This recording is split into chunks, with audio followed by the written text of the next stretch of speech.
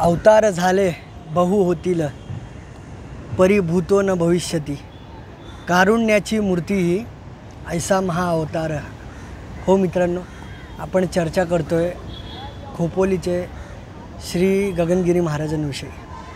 तर मित्रांनो, गगनगिरी महाराजांविषयी बोलायचं झालं तर गगनगिरी महाराजांचं संपूर्ण नाव श्रीपाद गणपतराव पाटणकर। त्यांचा जन्म 1906 साली पाटण तालुक्यातील मणदुरे गावात झाला।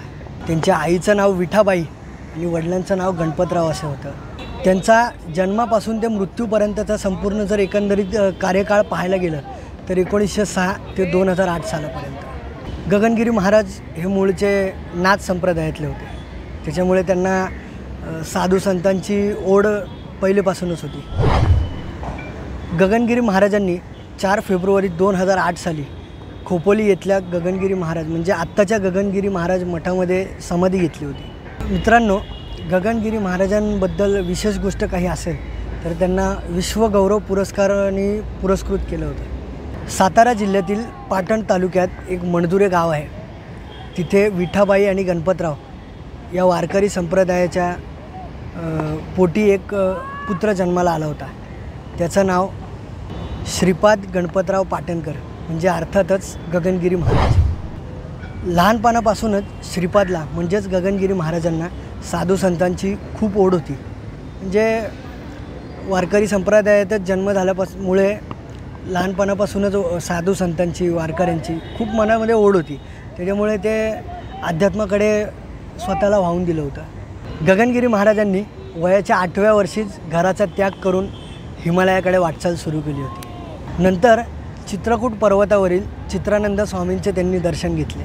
तिथून पुढे काही काळ त्यांच्याच आश्रमात श्रीपाद म्हणजेच गगनगिरी महाराज राहू लागले होते। नंतर हिमालयीन क्षेत्र, आरवली पर्वत, सातपुडा, द्वारका इत्यादी ठिकाणी त्यांनी तपश्चर्या केली होती। शेवटी ही सगळी क्षेत्र फिरून कोल्हापूरच्या जवळच्याच एका ठिकाणी गगनबावडा म्हणजेच गगनगडावरती त्यांनी स्थिर होण्याचं ठरवलं।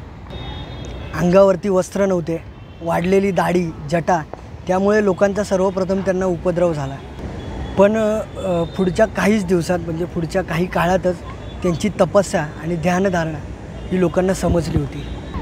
त्यानंतर लोकांना जसं कळलं की हा पुरुष कोणी साधा नव्हे, त्यापुढे गगनगिरी महाराज म्हणून ते प्रसिद्ध होऊ लागले। गगनगिरी महाराजांनी शरीराला कष्ट देऊन उग्र तपस्या केली होती। जे मिळेल ते खाऊन पाण्यात बसून तासनतास पाण्यात बसून त्यांनी तपस्या केली होती। आपल्या सामर्थ्याने त्यांनी हजारो लोकांना सन्मार्गास लावले होते। गगनगिरी महाराजांची मूळ शिकवण पाहायला गेलो तर आईवडिलांवरती, आपल्या कुलदैवतावरती, इष्टदेवतावरती श्रद्धा ठेवून त्यांच्या चिंतनात मग्न राहणं ही त्यांची मूळ शिकवण होती। आजच्या काळात जर बघायला गेलो तर अनेक भाविक, असे हजारो लाखो भाविक आहेत जे त्यांचे दर्शन घेऊन तृप्त झाले आहे। तुम्ही आजही कधी गेलात खोपोलीतल्या गगनगिरी महाराज मठात तर इतकी शांतता आहे, इतकं निसर्गरम्य वातावरण आहे, तुम्हाला तिथे गगनगिरी महाराजांचा भास नक्कीच जाणवेल। महाराजांचे अनुयायी, त्यांचे शिष्य आजही सांगताना असे सांगतात की महाराजांना योगशास्त्रातील विमल ज्ञान, शिवयोग आणि गोरक्षणाची विद्या यासारख्या अनेक विद्या त्यांना आत्मसात होत्या। निसर्गाच्या सानिध्यात त्यांनी वर्षानुवर्ष तप केलं होतं। मुंबईच्या समृद्धीचे रहस्य महालक्ष्मी, मुंबादेवी आणि गगनगिरी महाराज। गगनगिरी महाराज मुंबईत राहणाऱ्यांना अनेकदा असे आवर्जून सांगायचे की मुंबईतील प्राचीन देवस्थाने महालक्ष्मी, मुंबादेवी आणि वाळकेश्वर यांना आवर्जून यांच्या दर्शनासाठी जात जा। मुंबापुरीची जी माया आहे ती या महालक्ष्मी आणि मुंबादेवीमुळेच आहे। महालक्ष्मी आणि मुंबादेवीमुळेच ही मुंबई स्थिर आहे।